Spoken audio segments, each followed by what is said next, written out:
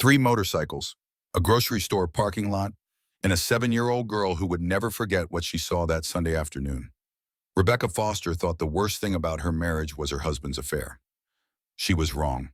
The worst thing was the $15,000 he withdrew in cash, the burner phone hidden in a drawer, and the three men who knew her name before they pushed her to the ground. But here's what nobody expected. Grant wasn't the mastermind. He was just another victim of a woman who'd done this before. A woman who collected life insurance policies the way some people collect stamps. This is the true story of manipulation, murder for hire, and one mother's fight to survive when everyone she trusted wanted her dead. Stay with me, because what really happened will shock you. The security camera footage would later show three things: Rebecca Foster loading groceries into her silver minivan at exactly 3:42 in the afternoon, her 7-year-old daughter Madeline helping with the bags, and three motorcycles pulling into the H-E-B parking lot on South Lamar Boulevard in Austin, Texas. But I'm getting ahead of myself. 72 hours before that footage made national news, Becca was posting a pregnancy announcement on Instagram, 8 months along, glowing in that careful way women do when they're performing happiness. The photo showed her and Grant in front of their renovated Craftsman home, his hand on her belly, both of them smiling. The caption read, "Baby number 2 arriving soon. Our family is complete." 347 people liked it. None of them knew Grant had checked his phone twice during the photo shoot. None of them saw him delete a text message before putting his arm around his wife. That was Thursday. On Friday, Becca's credit card was declined at the grocery store. She called Grant from the checkout line, embarrassed, while the cashier waited and the people behind her shifted their weight impatiently. "Just use the other one," Grant said. She could hear traffic in the background. He was supposed to be at his office in downtown Austin, but the sounds were wrong too much highway noise. "Where are you?" she asked. "Heading to a site visit." "Why, the visa was declined." A pause. "Too long. Must be fraud protection. I'll call them." But he didn't sound surprised. That's what bothered her later. When she replayed the conversation in her mind, he didn't sound surprised at all. That night at dinner, Maddie said something that would echo in Becca's memory for months afterward. "Daddy's friend has pretty yellow hair." Grant's fork stopped halfway to his mouth, just for a second. Then he laughed. "What friend, honey?" "The one I saw you with at the coffee shop. She was really pretty." "Oh, that's just someone from work." Grant's voice was light, casual, but his jaw was tight. "We were discussing a project." Becca wanted to ask more. The question sat in her throat like a stone. But Maddie was watching them both with those sharp 7-year-old eyes that missed nothing. And Becca didn't want her daughter to see her doubt her father. So she said nothing. That was her first mistake. Saturday morning, Grant said he had to go to Houston for a meeting. "Big commercial development deal, he explained, already backing toward the door with his overnight bag. "I'll be back tomorrow evening." "On a Sunday?" Becca asked. "These investors are from California. Sunday's the only day they're available." He kissed her forehead quickly. His aftershave was different. Something expensive she didn't recognize. "I love you." After he left, Becca sat at the kitchen table with her laptop, supposedly checking email. Instead, she opened their shared Google Calendar. Yes. Grant's calendar showed the Houston meeting, but when she cross-referenced it with their joint credit card account, there were no charges to match his story, no Houston hotel, no restaurant expenses in that city. But there were charges. Austin restaurants, expensive ones, Bourbon and Branch, $340 for dinner for two. While Grant was supposedly in Houston, the charge was from 2 weeks ago, a Thursday night when he'd texted her that he was working late. Becca's hands were shaking. She told herself there was an explanation. A business dinner he'd forgotten to mention. A client he was entertaining. Perfectly innocent. She was 8 months pregnant and alone in her kitchen, making excuse for her husband. In some part of her knew she was lying to herself. Her phone rang. Julia, her older sister. "Hey, I'm off shift in an hour. Want me to bring tacos?" Julia was an ER nurse at Del Seaton Medical Center, practical and unsentimental in the way that people who see trauma every day become. Becca loved her and feared her in equal measure. Julia didn't do comfortable lies. "Sure," Becca said. "Tacos would be great." "You sound weird." "What's wrong?" "Nothing, I'm fine." Becca, really, I'm fine. Just tired. Pregnancy insomnia. Julia made a skeptical noise but let it drop. I'll be there at 7. After she hung up, Becca sat staring at the credit card charges. $340 for 2 people, while she'd been home with Maddie, eating leftover pasta and helping with homework. The baby kicked, hard enough to make her wince. She put her hand on her belly, felt the small person inside her moving, and thought about all the things she didn't want to know. That was Saturday. Sunday afternoon, Becca decided to go to the grocery store. Normal errand, ordinary task. She needed milk and bread and chicken for the week's dinners. Maddie came along because Grant still wasn't home, and Becca didn't like leaving her daughter alone even for an hour. The H-E-B on South Lamar was crowded with weekend shoppers. Becca navigated the aisles with Maddie riding in the cart's child seat, chattering about her upcoming field trip to the Lady Bird Johnson Wildflower Center. And Ms. Patterson said we might see butterflies, and I really want to see a monarch butterfly because Sophia saw one last year and she said it was this big. Maddie spread her arms wide. Becca smiled, half listening, her mind elsewhere. The credit card charges, Grant's phone calls in another room, the pretty woman with yellow hair at the checkout. Maddie helped load groceries onto the conveyor belt, proud to be useful. The cashier was a teenager with blue eyeshadow and a name tag that said Crystal. How far along are you? Crystal asked, nodding at Becca's belly. 8 months. Boy or girl? Girl. Oh, that's sweet. Your daughter will have a sister. Maddie beamed. Becca paid, using the credit card that worked, and they wheeled the cart out into the afternoon heat. October in Austin, still in the mid-80s. Becca felt huge and slow, her back aching, sweat dampening her shirt. She popped the minivan's rear hatch and started loading bags. Maddie handed her items from the cart. Milk, bread, apples, the mundane rhythm of ordinary life. That's when the motorcycles arrived. 3 motorcycles, loud enough to make everyone in the parking lot turn and look. They were Harleys, Becca thought, though she didn't know much about bikes. Black and chrome, massive things that seemed too big for their riders. The men who climbed off wore leather vests over their shirts. One had a gray beard and arms covered in tattoos. Another was younger, thick-necked, with a shaved head. The third was lean and wiry, wearing sunglasses despite the late afternoon sun beginning to soften. They walked toward Becca's minivan. At first, she didn't think anything of it. People parked near other people all the time, but they kept coming, not veering off toward another vehicle, and something primal in Becca's brain started screaming. Maddie, get in the car, she said quietly. But I'm helping. Now, honey, get in. Maddie heard the tone that meant don't argue and scrambled toward the passenger door. Becca's hands were fumbling with the last grocery bag when the man with the gray beard stopped 3 feet away. Rebecca Foster. Her blood turned to ice water. He knew her name. This wasn't random. I'm sorry, do I know you? Her voice came out steadier than she felt. Someone sends their regards. The man's face was strange. Not angry, almost apologetic.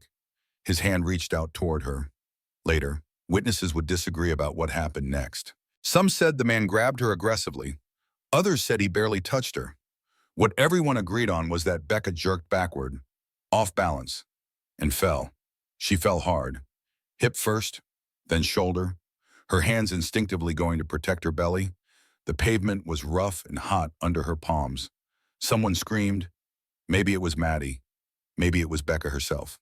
The man with the gray beard was speaking urgently into his phone. She wasn't supposed to be at the store. Man, you said she'd be out alone at her home. There's a kid here, and people filming. Becca heard that, even through the shock and pain. She heard it. People filming. She raised her head and saw 3 or 4 shoppers with their phones out, recording. The biker's phone was still at his ear. His face changed as he listened. Then he turned to his companions and said, "We're out. Now." They ran. 3 large men in leather, running for their motorcycles like teenagers fleeing a prank. Engines roared. Tires squealed. The smell of burning rubber hung in the air as they peeled out of the parking lot and disappeared onto South Lamar.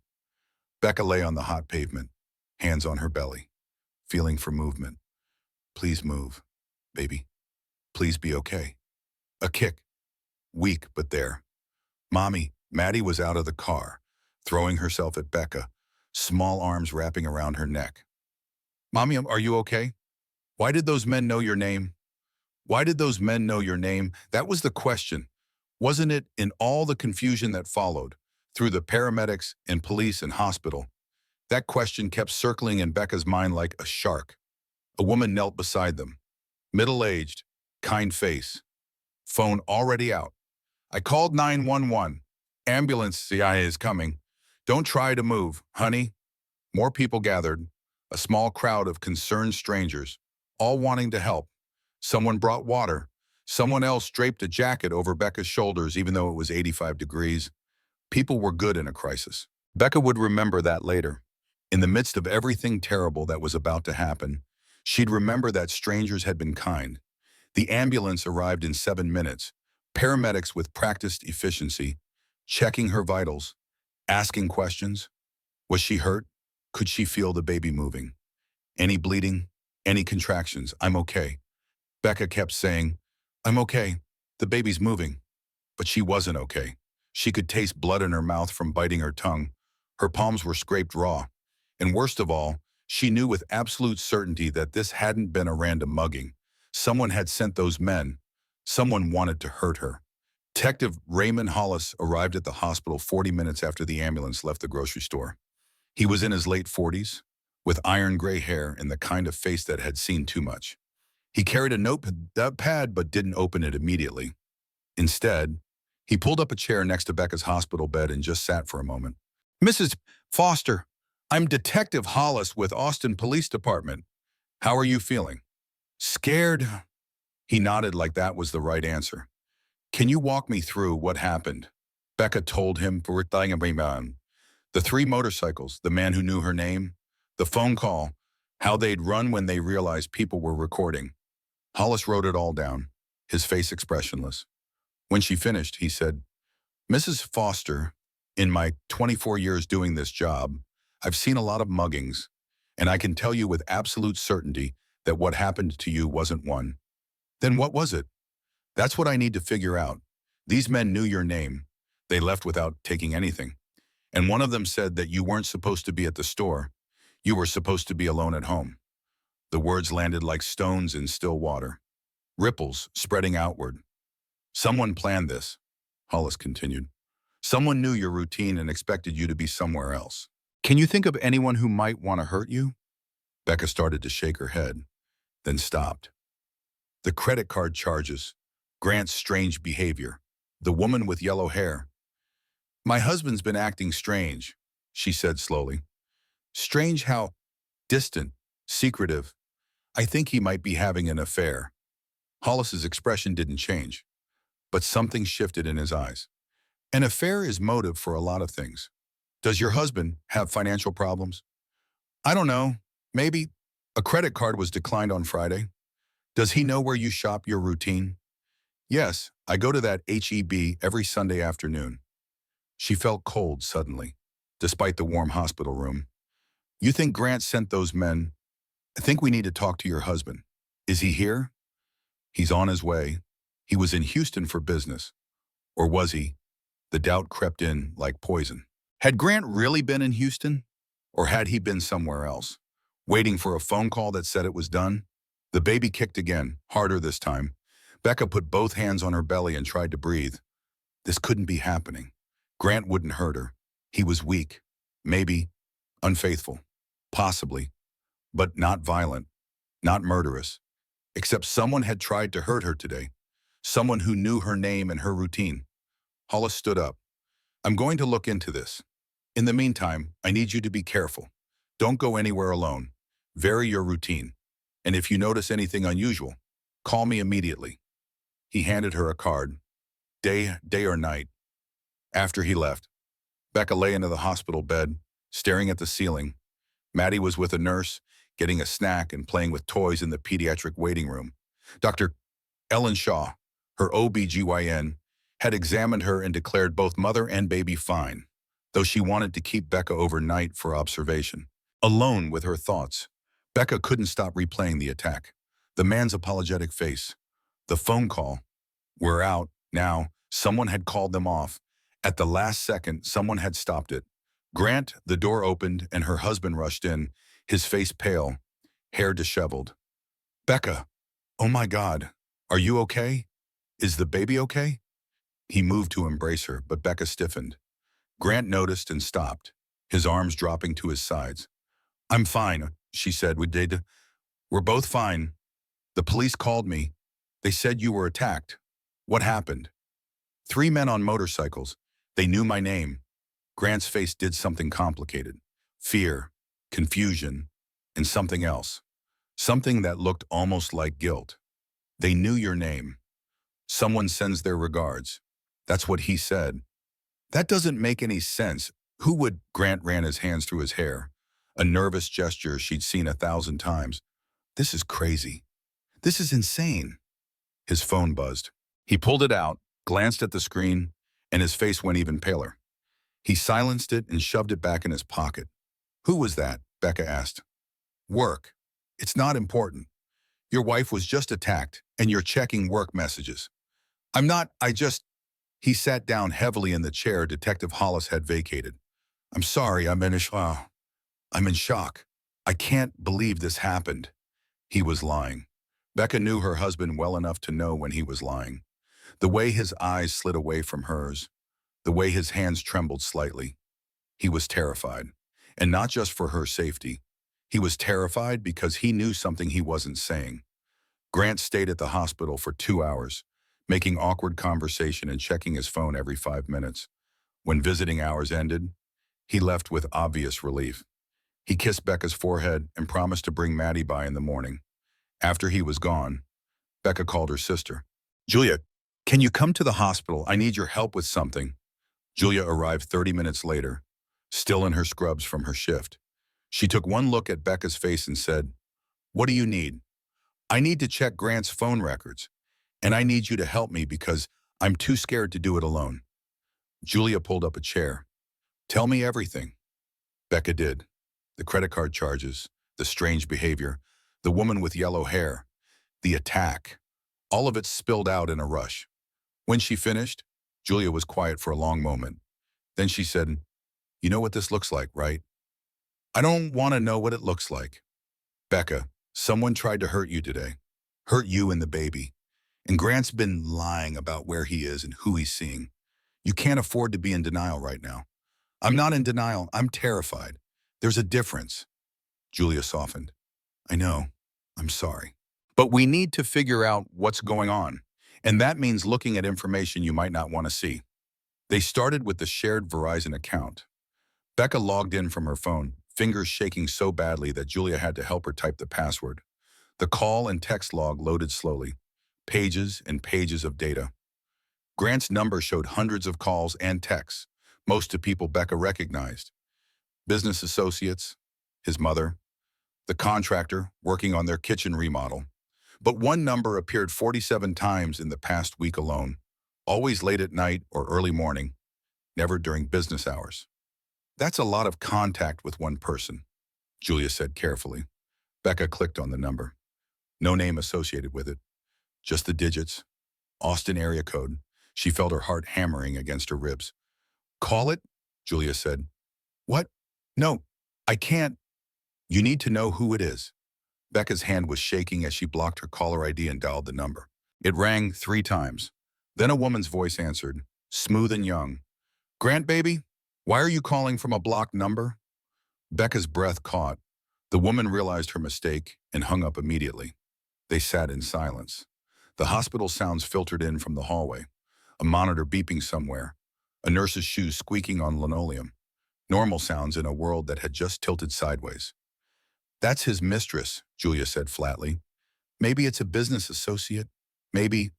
Becca, she called him baby. I know what she called him. Becca's voice cracked. I heard her. The tears came then, hot and angry. Julia held her while she cried, one hand rubbing her back in the same circles she'd made when they were children and Becca had scraped her knee or lost at kickball. I'm so stupid, Becca sobbed. How did I not see this? You're not stupid. You trusted your husband. That's what you're supposed to do. But the signs were all there. The distance, the late nights, The money problems. I ignored all of it because I was pregnant and tired and I didn't want to deal with it. Hey, Julia pulled back and gripped Becca's shoulders. Listen to me. Grant's the one who did wrong here. Grant and whoever that woman is, not you. Never you. Becca wiped her eyes. Okay. You are right. She took a shaky breath. But this doesn't explain the attack. Even if Grant's cheating, why would someone try to hurt me? Julia's face was grim. How much life insurance do you have? The question hit like a fist. Becca's mind went blank for a second, then filled with ice-cold clarity. $2.5 million, double indemnity for accidental death. Grant made me increase it last year when I got pregnant. They stared at each other. I need to talk to Detective Hollis, Becca said. She called him at 11 p.m., waking him up. But he didn't complain, just said he'd be there in 20 minutes. He arrived in 19 looking like he'd pulled on the first clothes he could find, jeans and a wrinkled button-down, but his eyes were sharp and alert. Tell me about the life insurance, he said. Becca explained. The policy, the increase, Grant's insistence that they needed more coverage with another child coming.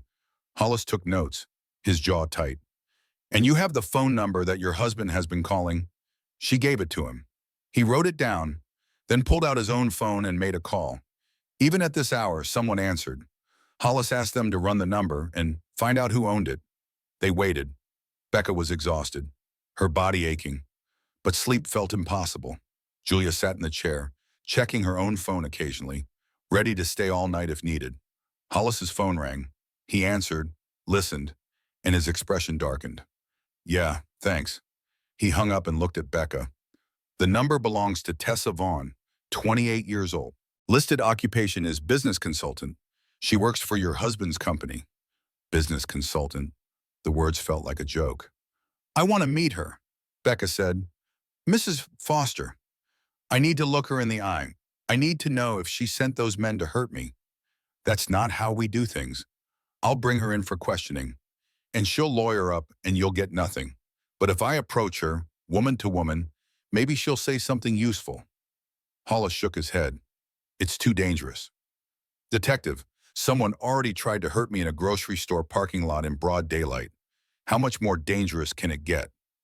He didn't have an answer for that.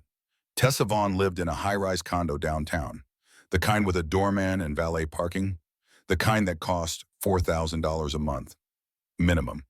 Business consultants didn't live in places like this, not legitimate ones. Anyway, Julia had insisted on coming along. If you're doing something this stupid, you're not doing it alone. They'd left Maddie with Grant's mother, Patricia, who'd arrived at the hospital first thing in the morning full of concern and casseroles. Patricia was a good woman. Becca thought she deserved better than to learn her son was a cheating liar who might have tried to have his pregnant wife killed. The doorman called up to Tessa's unit. Ms. Vaughn, you have visitors. A Mrs. Rebecca Foster and her sister. There was a long pause. Then the intercom crackled. Send them up. The elevator was all glass and chrome, rising smoothly to the 14th floor. Becca's reflection looked back at her, pale and drawn, belly huge in her maternity dress. She looked like what she was, a pregnant woman at the end of her rope. Unit 1407 had a door painted sleek black. It opened before they could knock. Tessa Vaughn was beautiful. That was the first thing Becca noticed. Beautiful in that specific way that comes from good genetics and expensive maintenance. Honey blonde hair, perfect skin, figure like a dancer. She wore yoga pants and a tank top that probably cost more than Becca's weekly grocery budget. You must be the wife, Tessa said. No warmth in her voice, but no hostility either. Just cool assessment. And you must be the woman sleeping with my husband. Tessa smiled slightly. I suppose I am. Want to come in, or are we doing this in the hallway? They went in. The condo was modern minimalist, all white and chrome. Floor-to-ceiling windows overlooked downtown Austin. Lady Bird Lake glittered in the distance. This view alone probably cost a fortune. Nice place, Julia said. Business consulting must pay well. It has its perks. Tessa gestured to a white leather sofa. Sit if you want, though I imagine this isn't a social call. Becca stayed standing. Her back hurt and her feet were swollen, but sitting felt like giving ground. How long have you been sleeping with my husband? Does it matter? Yes. Tessa considered this. About 18 months, since just after you announced your pregnancy on Facebook. Very sweet announcement. By the way, very domestic. 18 months, the entire pregnancy, all those nights Grant had worked late, all those business trips, lies, all of it. Did you send those men to attack me? Becca asked. For the first time, Tessa's perfect composure cracked. What men? 3 bikers. Yesterday, at the HEB on South Lamar. They knew my name. One of them said someone sends their regards. Tessa's face went through several expressions in quick succession. Surprise, confusion, and something that looked almost like fear. I don't know what you're talking about. You didn't hire anyone to hurt me. Why would I need to? Tessa's voice had an edge now. Grant's leaving you anyway. He told me he was going to ask for a divorce after the baby was born. The words should have hurt, but Becca was beyond that kind of pain now. If you didn't hire them, who did? How should I know? Maybe you have enemies you don't know about. Maybe your husband has enemies. Grant's not exactly the brilliant businessman he pretends to be. What do you mean? Tessa laughed, sharp and bitter. You really don't know, do you? Your husband is broke, like underwater drowning in debt broke. The business is failing. Your house is mortgaged twice. He's been robbing Peter to pay Paul for months. The only thing keeping him afloat is, she stopped. Is what? Becca's voice was barely a whisper. Tessa looked at her, and for a second, something almost like pity crossed her face. Your life insurance policy, $2.5 million, double indemnity for accidental death. Grant mentioned it a few times, said it was the only thing he had that was worth anything. The room tilted. Becca grabbed the back of the sofa to steady herself. Julia stepped forward. Are you saying Grant tried to have his own wife killed for insurance money? I'm saying Grant is desperate and stupid and in way over his head. Tessa's voice had lost its cool edge. She just sounded tired now. I'm not saying anything about who hired those men, but if I were you, I'd be very careful around your husband. And yet you're sleeping with him, Julia said coldly. I never said I was a good person. Tessa walked to the window, arms crossed. Just a smart one, smart enough to know when a situation has gone sideways. And this situation, it's way past sideways. Becca felt the baby kick. Hard. The baby who didn't ask to be born into this mess. The baby whose father might have tried to eliminate them both. If you know something, Becca said, you need to tell the police. I don't know anything. I didn't hire anyone. I don't know who did. And frankly, I'm done with all of this. Tessa turned back to face them. Grant's a disaster. His business is a disaster. And apparently, he's stupid enough to think he could get away with something like this. I'm out. Just like that. Just like that. I like nice things. Mrs. Foster, this condo, my car, my life. I don't like prison jumpsuits. Whatever Grant is involved in, I want no part of it. They left, in the elevator going down. Becca leaned against the wall, eyes closed. She's lying about something, Julia said. I know, but maybe not about the attack. I know that too. Outside, the Austin sun was bright and hot. October, still pretending to be Kimmer. Becca's phone rang. Detective Hollis. Mrs. Foster, I need you to come to the station. We need to talk about your husband's financial situation. And I need you to consider wearing a wire when you see him next. A wire you want me to get him to confess. I want to catch whoever tried to hurt you before they try again. And right now, all the evidence points to your husband being involved. We just need proof. Becca looked at Julia, who nodded once, firm and sure. Okay, Becca said. I'll do it. The police station was cold and smelled like burnt coffee and desperation. Detective Hollis led them to a small conference room with a table, 4 chairs, and a whiteboard covered in notes and photographs that he quickly turned around so they couldn't see. A woman was waiting for them. Mid-40s, sharp suit, tired eyes. She introduced herself as Detective Lisa Morgan from Financial Crimes. Auburn hair pulled back in a tight bun. No-nonsense demeanor. Mrs. Foster, I've been looking into your husband's financial situation at Detective Hollis's request. What I found is concerning. She spread papers across the table. Bank statements, credit reports, business filings.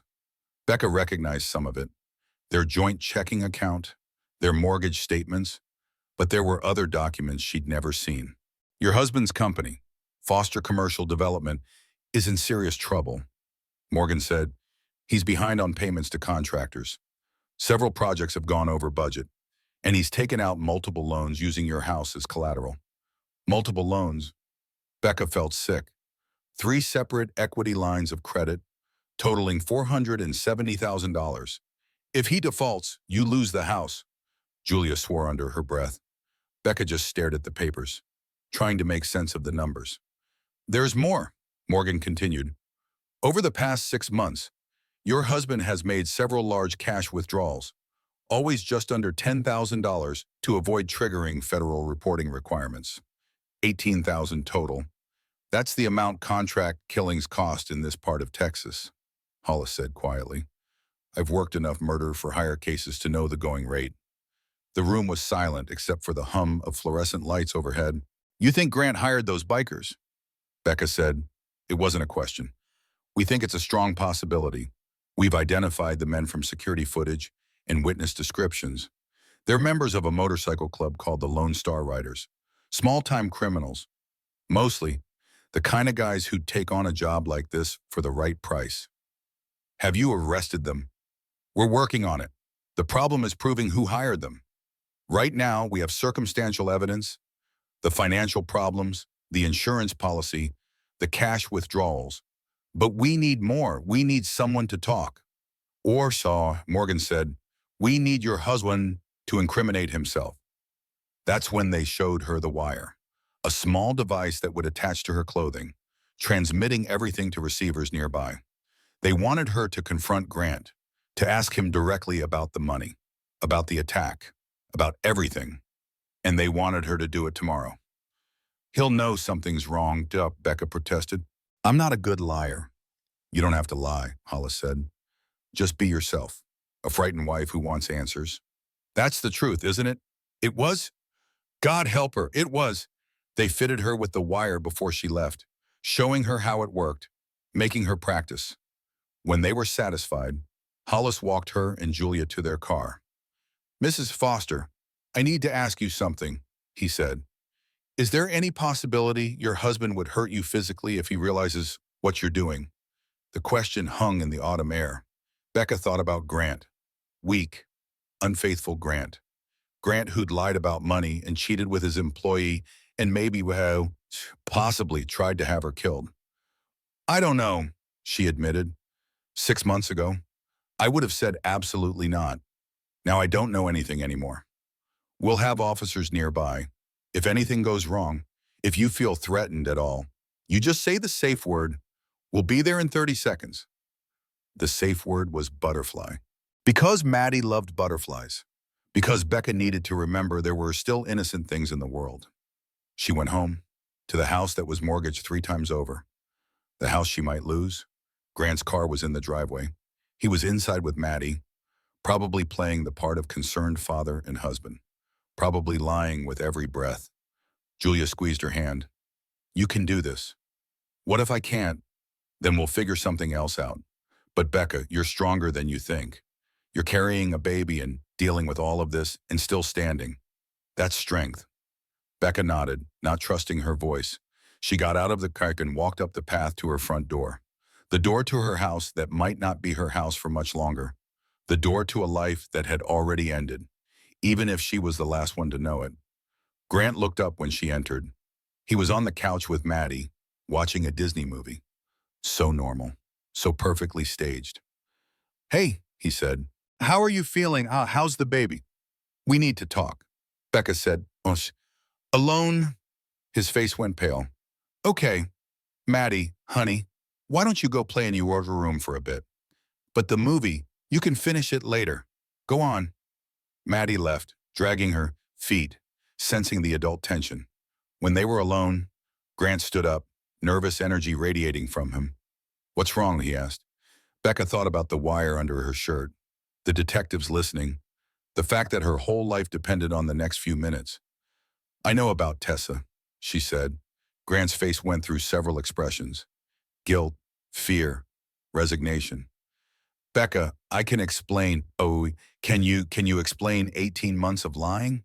Can you explain spending our money on your mistress while I'm home pregnant with your child? It just happened. I didn't mean for it to. I also know about the money, Grant, the loans, the debt, how we're about to lose this house. Now he looked terrified. Who told you that? Does it matter? Why didn't you tell me we were in trouble? I didn't want you to worry. You're pregnant. You have enough stress. So you thought you'd handle it? How exactly? By taking out secret loans, by withdrawing $18,000 in cash. She watched his face carefully when she said that number. Watched the color drain from his cheeks. That's not, I can explain that. Then explain it. Where did $18,000 go? Grant sat down heavily. His hands were shaking. For a long moment, he said nothing. Then, in a voice barely above a whisper, it was supposed to be different. It wasn't supposed to happen like it did. Becca's heart stopped. What wasn't supposed to happen? The guys I hired, they were just supposed to scare you. Make it look like Austin was getting dangerous. So you'd agree to sell the house, move somewhere cheaper. I thought if we downsized, I could get ahead of the debt. I never wanted you actually hurt. I swear to God, Becca, I never wanted that. The room spun. He'd said it. He'd actually said it. You hired men to attack me. Grant's head came up, panic in his eyes. No, just to scare you. But then they got rough, and you fell and I panicked. I called them off. That's why they ran. I told them to stop. You hired men to terrorize your pregnant wife and 7-year-old daughter because you wanted to sell the house. I was desperate. The business is failing. The IRS is investigating. I owe money to people who don't accept payment plans. I didn't know what else to do. Becca realized she was crying, hot, angry tears running down her face. You could have told me. You could have been honest. We could have figured it out together. I was ashamed. And now are you ashamed now? Grant looked at her, and she saw him really see her for the first time in months. Saw him see her swollen belly, her tear-stained face, the damage he'd caused. I'm so sorry, he whispered. God, Becca, I'm so sorry. The front door burst open. Detective Hollis and 3 uniformed officers poured in. Grant Foster, you're under arrest for conspiracy to commit assault. Everything happened fast after that. The officers cuffed Grant, read him his rights. He was crying, trying to look back at Becca as they led him away. I love you, he called out. Please believe me. I love you. Becca said nothing, just stood there with one hand on her belly, feeling the baby move, feeling her whole world crack apart. Maddie appeared in the doorway of her room. She looked at the police, at her father in handcuffs, at her mother's tears. I hate both of you, she said, her voice breaking. Then she ran back to her room and slammed the door. Becca didn't sleep that night. How could she? Her husband was in jail. Her daughter wouldn't speak to her, and the baby kept kicking, as if to remind her that life goes on even when everything else falls apart. Julia stayed over, sleeping on the couch, ready to help if needed.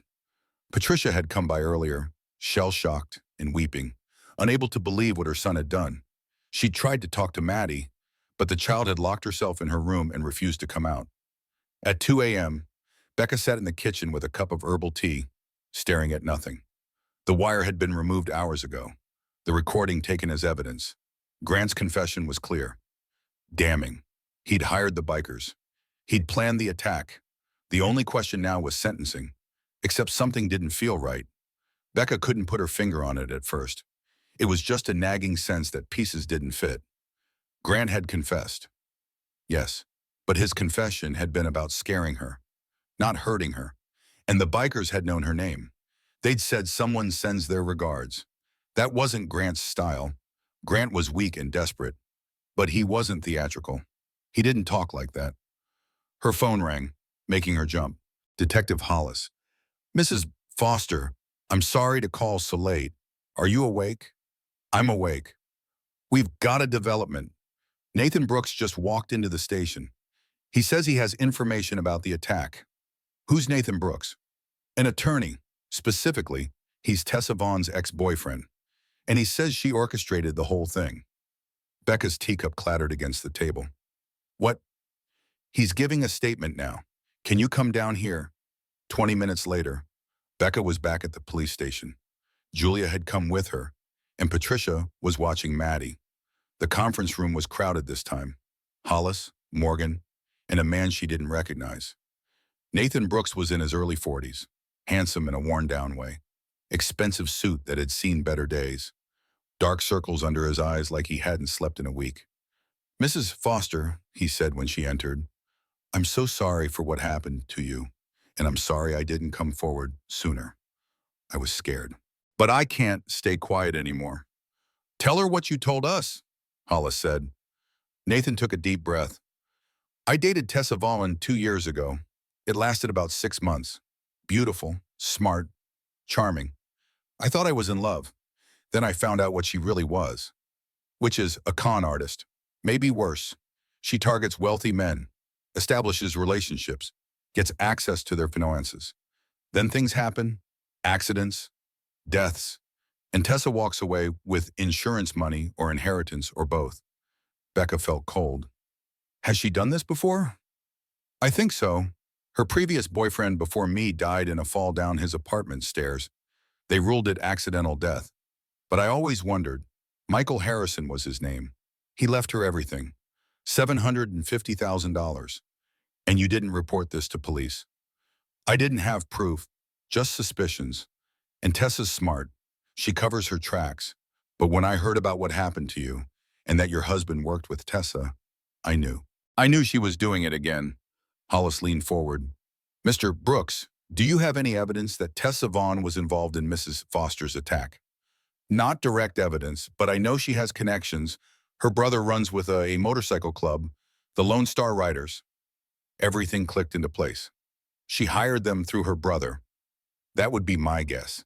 And I think she was using your husband as a patsy. Let him think it was his idea, his plan. Then when it went south, he takes all the blame. Becca thought about her confrontation with Tessa. The woman's surprise when she'd mentioned the attack. Had that been genuine, or had Tessa been playing her? Even then, Grant confessed. She said, "He said he hired them." "Because he probably thinks he did," Nathan said. "Tessa's good at making men think things are their idea.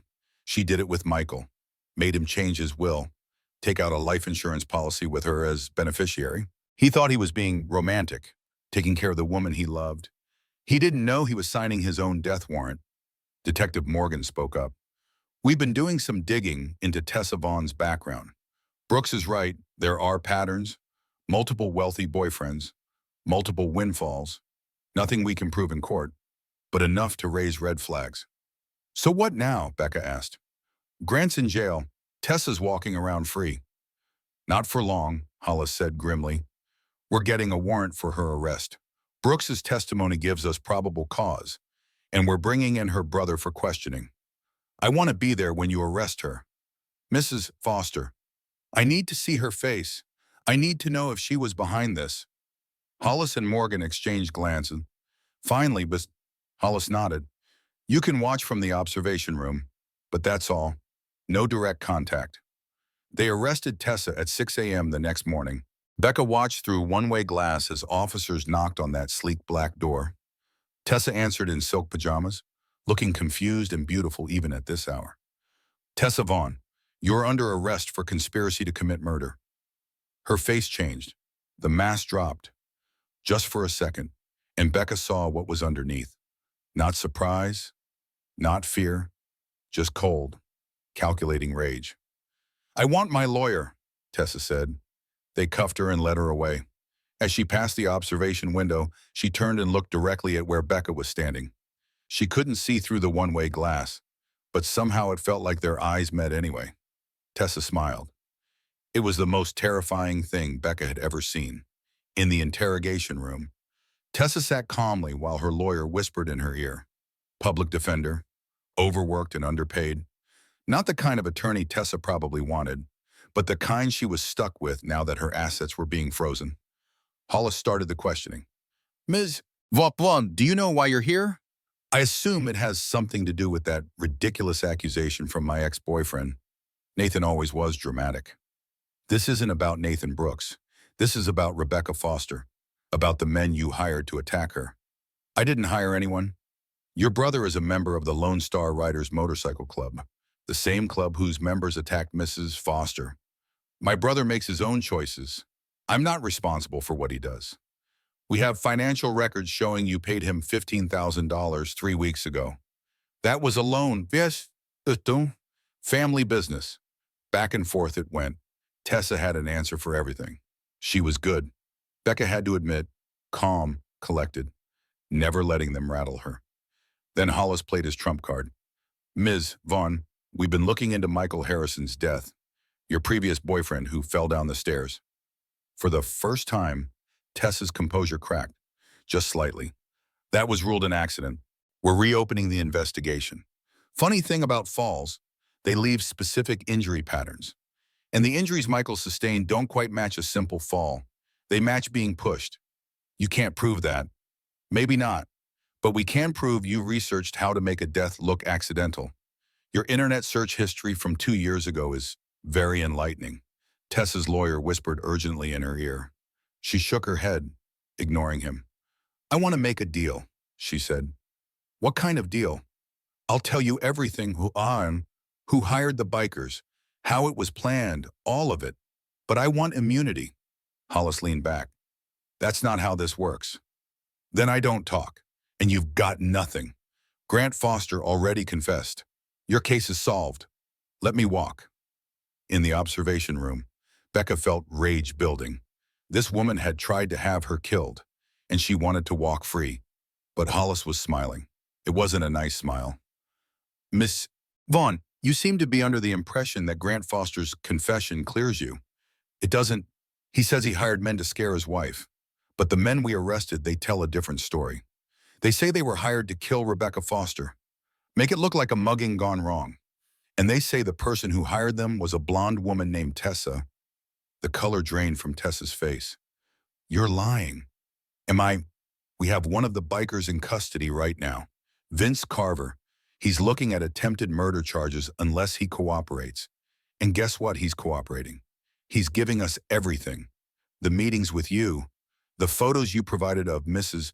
Foster, the specific instructions on how and where to make the hit. Tessa's lawyer was talking rapidly now, but she wasn't listening. She was staring at Hollis, realizing she'd been outmaneuvered. You set me up, she whispered. No, Miss Vaughn, you set yourself up.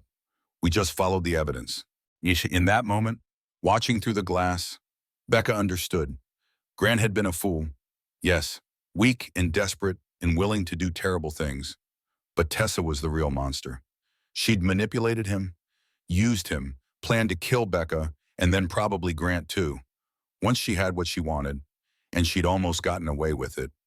3 months later, Becca sat in a courtroom, 8 days past her due date, uncomfortable and exhausted.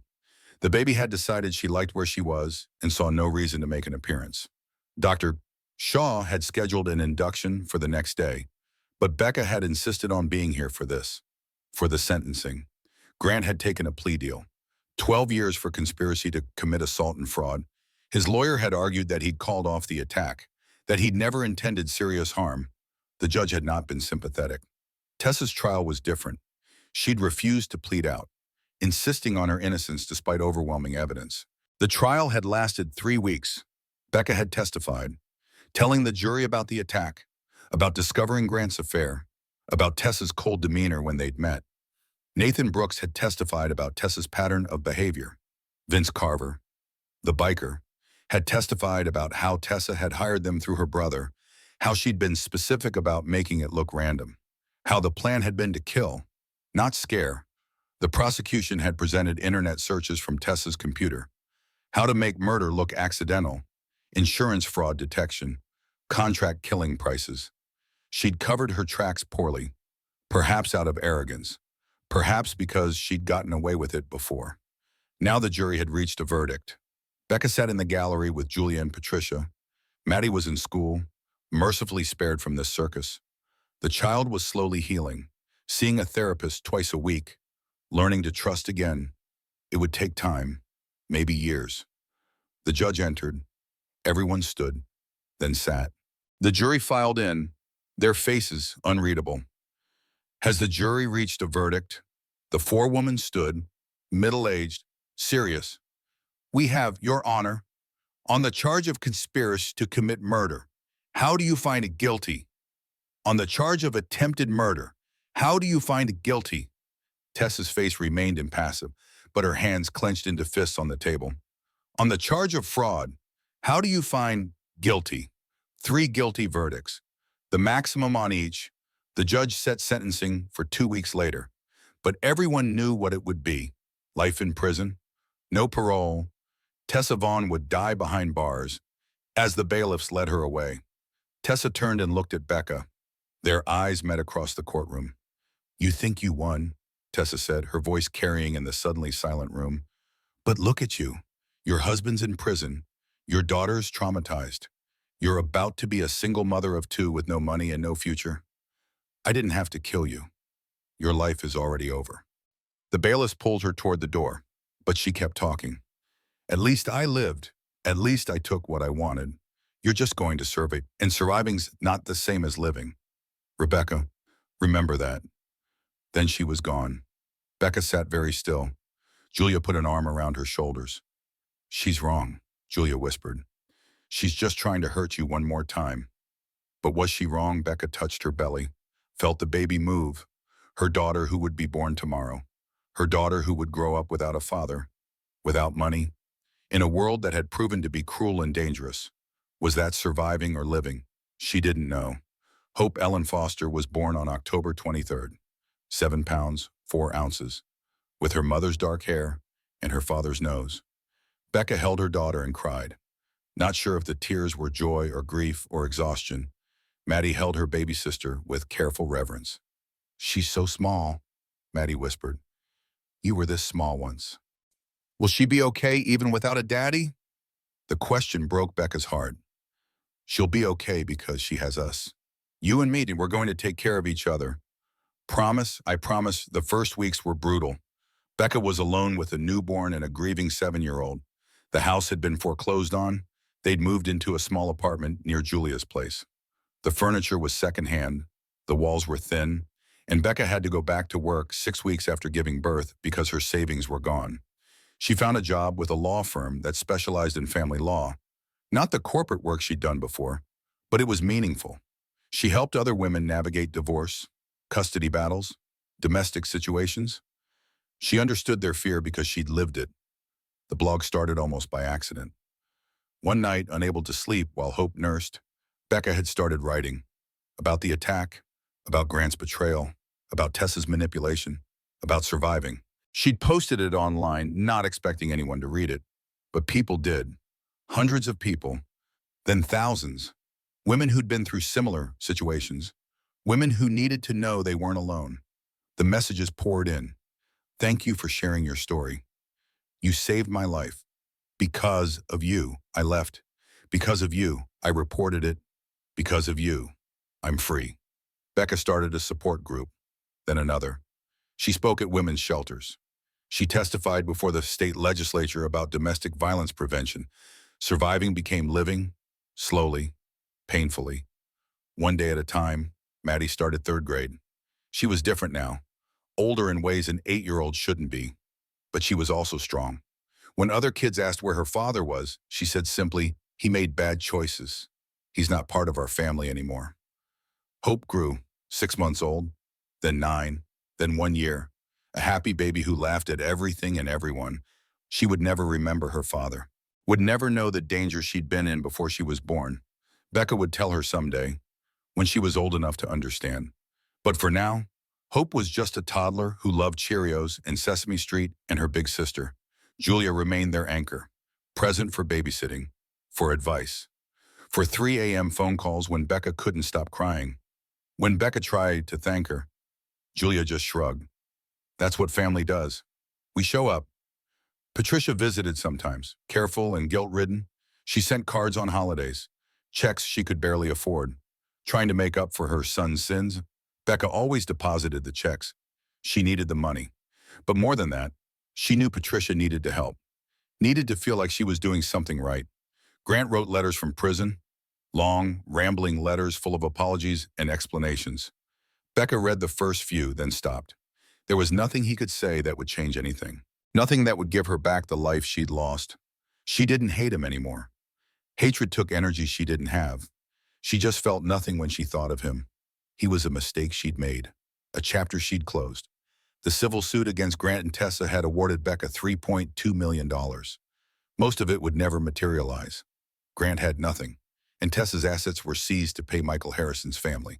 But Becca did receive some money from the sale of Grant's business, enough to put into trust funds for the girls, enough to ensure they'd have college education, even if nothing else. On the first anniversary of the attack, Becca stood in the parking lot of the H-E-B on South Lamar. Same store, same time of day. She'd driven here deliberately, facing the fear. A woman approached her, young, maybe 25, nervous. "Excuse me, are you Rebecca Foster?" Becca tensed, old instincts kicking in, but the woman looked harmless, earnest. I wanted to thank you. I read your blog. I recognized the warning signs of my own relationship. I got out before something bad happened." Tears filled her eyes. "You saved my life." The woman handed Becca a note and walked away quickly, disappearing into the flow of shoppers. Becca unfolded the paper. Simple words, powerful impact. "Because of you, I'm free. Because of you, I believe in tomorrow." She stood there for a long moment, letting the words sink in. Then she got back in her car, where Maddie was reading a book and Hope was babbling happily in her car seat. "Where to, Mom?" Maddie asked. Becca looked at her daughters in the rearview mirror. Both beautiful, both safe, both here because she'd survived. "Home," she said. "Let's go home." 5 years after the attack, Becca stood at a podium in front of 200 women. It was a conference on domestic violence prevention, held at the Austin Convention Center. She'd been asked to give the keynote speech. Maddie was 12 now, confident and strong. She wanted to be a lawyer like her mom. She talked about justice and fairness and making things right. Sometimes Becca looked at her daughter and marveled at her resilience. Hope was 5, starting kindergarten in the fall. She was fearless in the way small children are, before the world teaches them to be afraid. She climbed everything, talked to everyone, believed the best of people. Becca tried to protect that innocence while also teaching her to be smart, to be careful, to trust her instincts. The girls were in the audience now, sitting with Julia. Becca had wanted them there for this. She began, 5 years ago, 3 men on motorcycles attacked me in a grocery store parking lot. I was 8 months pregnant. My 7-year-old daughter watched it happen. That attack set in motion a series of events that destroyed my marriage, my financial security, and my sense of safety." She paused, let the words settle. "My husband had hired those men, or at least he thought he had. In reality, his mistress had orchestrated the entire thing. She was a con artist who targeted wealthy men, and I was in her way. The plan was to kill me, make it look random, collect the insurance money, and move on to the next victim." Heads nodded throughout the audience. These were women who understood, women who'd survived their own versions of this story. The attack failed. The men were caught. My husband went to prison for 12 years. His mistress got life without parole. Justice was served, as they say. Another pause. But here's what they don't tell you about justice. It doesn't fix everything. It doesn't give you back what you lost. My daughter still has nightmares sometimes. I still can't walk through that parking lot without feeling my heart race. The house I loved is gone. The life I thought I had was built on lies. She looked at her daughters in the audience. Maddie was watching intently. Hope was playing with the torch Julia had brought. "So why am I standing here? Why am I telling you this story? Because I want you to know that surviving isn't pretty. It's not a TV movie where everything works out and the music swells and everyone's happy.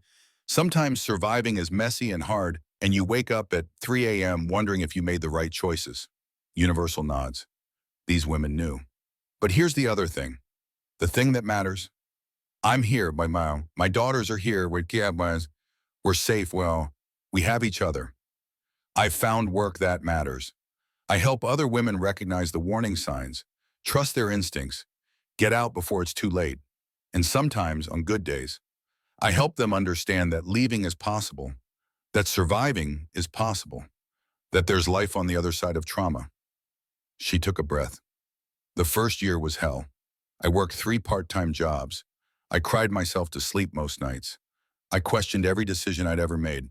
But I kept going because my daughters needed me, because giving up wasn't an option. And slowly, so slowly, I barely noticed it happening. Things got better. I started a blog.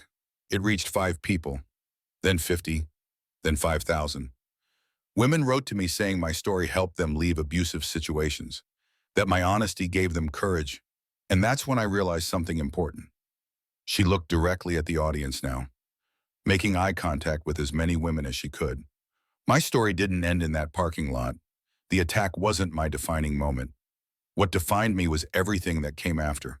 How I chose to rebuild, how I chose to help others, how I chose every single day to keep living instead of just surviving. There's a woman sitting in prison right now who asked me once if surviving was worth it. She wanted to know if my freedom was really freedom when it came with so much struggle. And here's what I wish I'd said to her. Becca's voice grew stronger. Yes, it's worth it. Every hard day, every moment of doubt, every time I look at my daughters and know they're safe because I fought for them, that's worth everything. She saw women wiping their eyes, saw others nodding vigorously, saw recognition in their faces. If you take nothing else from today, take this: trust your instincts. If something feels wrong, investigate, document everything, build your case before you need it, find your people, the ones who believe you and support you, and remember that leaving is not the end. It's the beginning. Starting over feels impossible. I know because I've done it, but staying in danger, staying with someone who hurts you or uses you or diminishes you, that's not living. That's just waiting to die. Her voice softened. The second thing I want you to know is that healing isn't linear. You'll have good days and bad days, days when you feel strong and days when you can barely get out of bed. All of that is normal. All of that is okay. Healing is messy and slow, and it doesn't happen on anyone's timeline, but your own. She thought about Tessa, about Grant, about the version of herself who'd ignored red flags because acknowledging them meant her world would end. I used to think my life ended that day in the parking lot, but I was wrong. My old life ended, the life built on comfortable lies and willful ignorance. And in its place, I built something different, something real, something mine. I'm not going to stand here and tell you it's easy. It's not.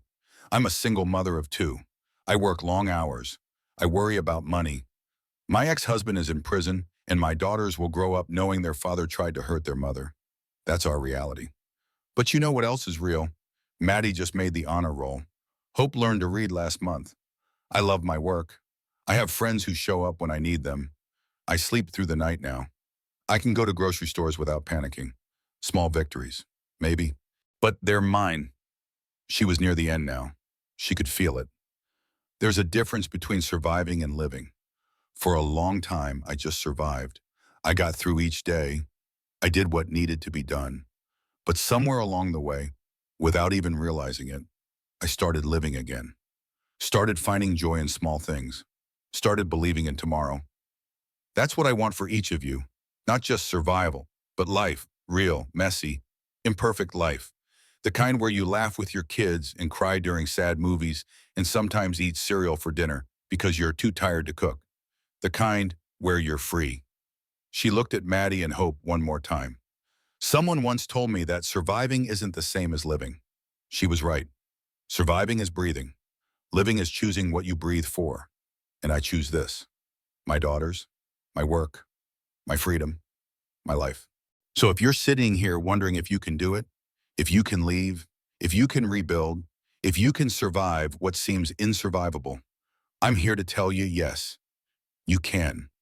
It won't be easy, but you can. Her final words: you are stronger than you think, you are braver than you know, and you deserve better than what you're settling for. Trust that. Trust yourself. And remember that on the other side of fear is freedom. On the other side of leaving is living. And living, messy as it is always was worth it. The applause started slowly, then built. Women standing, some crying, some smiling. Becca stepped back from the podium, her legs shaking slightly. She'd done it. Told her story one more time, helped one more group of women understand that leaving was possible. After the speech, women lined up to talk to her, to share their stories, to thank her, to ask for advice. Becca stayed as long as she could, listening to each one, offering what wisdom she had. One woman waited until everyone else had left. She was young, maybe 30, with haunted eyes. "My husband hits me," she said quietly. "He says he's sorry afterward.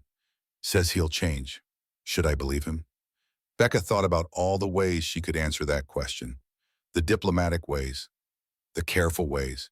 Instead, she just told the truth. No, people who hurt you don't change just because they say they will. They change because they do the work to change. And even then, you don't have to stay while they figure it out. Your safety matters more than his promises. The woman nodded slowly. "I'm scared to leave." "I know. I was scared too. But I'm here. I made it. And you can too. What if I can't do it alone?" You're not alone. There are shelters, hotlines, organizations that help. And once you leave, you'll find your people, the ones who believe you and support you and show up.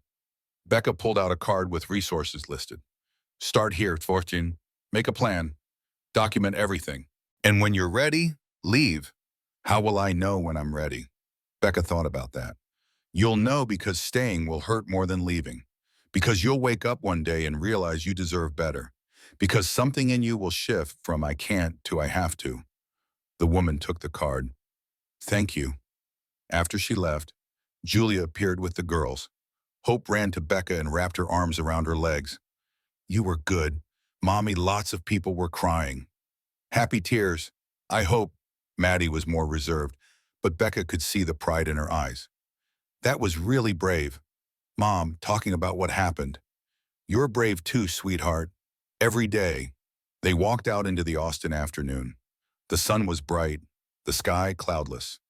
Just another day in a city full of people living their lives, most of them oblivious to the small dramas and large traumas happening around them. But for Becca, it was more than just another day. It was a reminder of how far she'd come, how much she'd survived, how much she'd built from the wreckage. Her phone buzzed. A text from Detective Hollis. "Thought you'd want to know. Tessa Vaughn's information about David Palmer led to a conviction. His sister wanted me to thank you." Becca showed the text to Julia. "Good," Julia said. "One more family with answers."